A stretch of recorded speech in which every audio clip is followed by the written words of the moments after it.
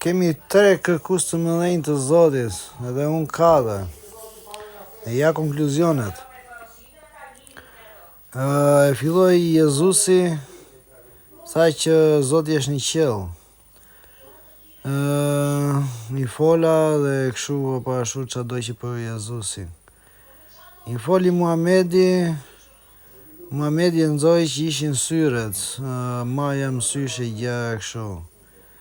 I foli Buda u ngrit deri lart në qiell e doni në konkluzion që është një shqisë e trurit, shqisë e gjashtë e jona dhe nuk ka Zot.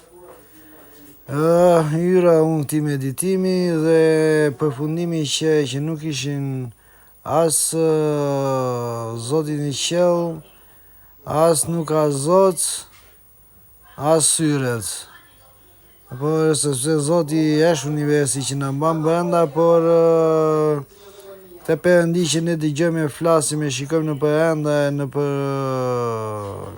që dëgjojmë njëri tjetrin në meditim, e se ka ardhur e gjitha nga roba, nga siguria e trupit të robës, që jep ndjesi roba tërditën nga ndjesia e robës.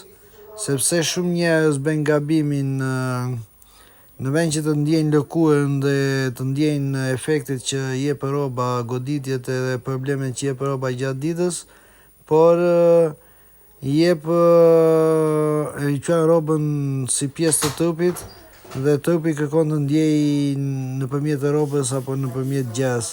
Dhe ndodh që të kemi ditime ose enda ditën nga siguria e trupit, për të parë se çfarë është, pse s'po e ndjen dot, pse s'po bën dot.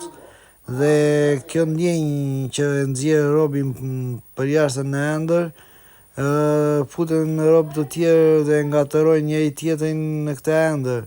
Dhe ky rrjet i madh quhet thjesht një rrjet ende dhe ne sot e quajmë Zot edhe që dëgjojmë ndonjëherë dhe që i flasim me vete apo që ashtu.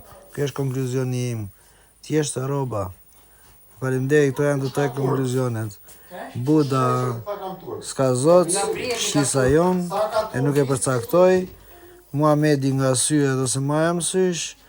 Jezusi, Zoti është në qiell, i flasë dhe nuk ashtu, dhe unë jam nga roba që nga lëkura e dashit pellazgo i lirëve.